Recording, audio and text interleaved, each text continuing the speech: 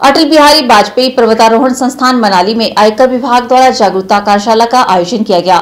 जागरूकता कार्यशाला में आयकर अपर आयुक्त पंचकुला राजेंद्र कौर ने उपस्थित होकर लोगों को आयकर विभाग के अंतर्गत टीडीएस और टीसीएस में हाल ही में हुए बदलावों के बारे में जानकारी दी।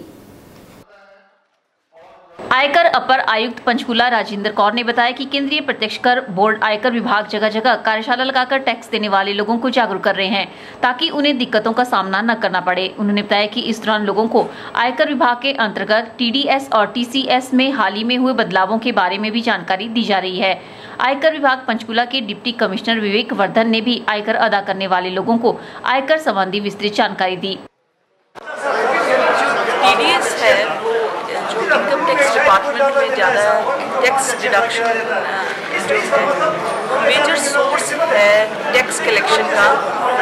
इनकम टैक्स में 90% जो इनकम टैक्स कलेक्ट होता है वो टीडीएस के द्वारा ही होता है। इसमें ये है कि जैसे ही हम पेमेंट करते हैं तभी हम टैक्स काट लेते हैं। जैसे किसी को सैलरी मिल रही है तो उससे पहले ही टैक्स डिडक्शन हो गई, कोई कॉन्ट्रैक्टर को पेमेंट हो रही है, कोई एडवर्टाइजमेंट की पेमेंट हो रही है, रेंट की हो रही है।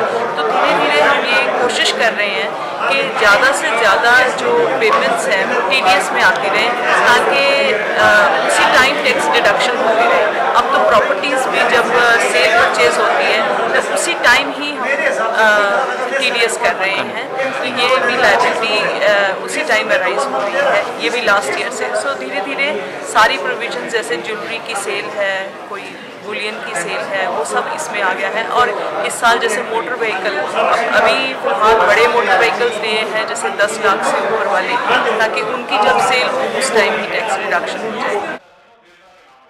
आयकर विभाग द्वारा आयोजित कार्यशाला में आयकर अदा करने वाले लोगों ने प्रत्यक्ष तौर पर सवाल जवाब भी किए, जिनके आयकर अधिकारियों ने मौके पर ही उत्तर भी दिए।